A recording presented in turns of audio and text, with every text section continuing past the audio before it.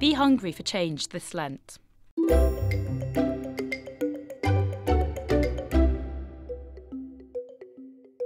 How did you decide what to eat for breakfast this morning? Did you choose cereal or toast? In our lives, the choices we make about food are quite small. But in some countries, mums and dads have to make big choices. Choices like, which one of my children will go hungry today? That's because sometimes they don't have enough food. We know that there is enough food for everyone in the world. So why do 1 in 8 people not have enough to eat? The problem is that the food we have isn't shared out fairly.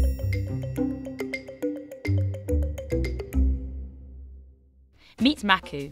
He's 13 years old and he lives in Kenya with his mum and dad and little sister Josephine. Instead of having one big house, Makuu has lots of little huts. They use one hut for washing, one for cooking and one for sleeping. Makuu and Josephine get up at 5:30 in the morning and their mum makes some tea for breakfast. After drinking tea, Makuu brushes his teeth and gets his bags and books ready for school.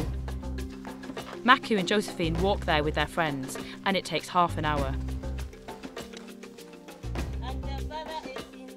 When they get to school, they go to assembly where they sing and pray. At 1 o'clock, they have lunch. Makuu and his family haven't always been able to have lunch so easily.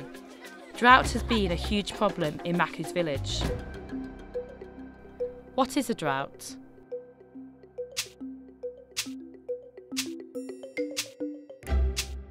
When droughts hit Makuu's village, it hardly rains for months on end. During times of drought, families are not able to grow enough food and their animals will die. This leaves people without enough food to eat. Have you ever felt really hungry? What was it like?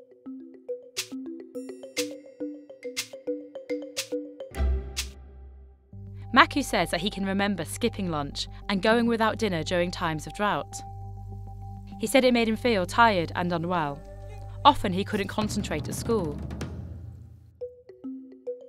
Imagine if you didn't know if you would have a meal today. How different would your day be?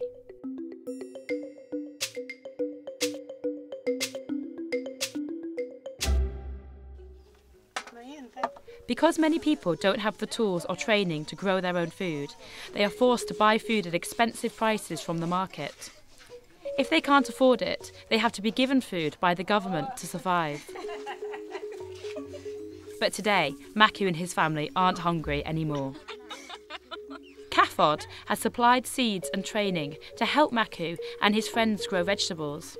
They have also provided water tanks to make sure that there's enough water to grow food, even when it doesn't rain. Now Makuu and his friends run a vegetable garden, which provides healthy, nutritious food for children in the school. Where does your food come from? Do you grow your own food or buy it in shops?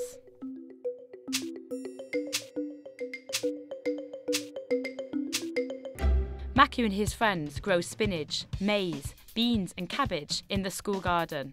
They say the vegetables are really tasty. These children are working together to change their own lives. And we can work together as well to help many more children find a way out of poverty.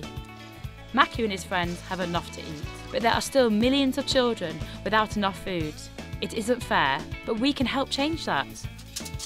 Join together with CAFOD this Lent and think of ways that you can help more children like Makuu to feed themselves today, tomorrow and long into the future. Let's be hungry for change this Lent.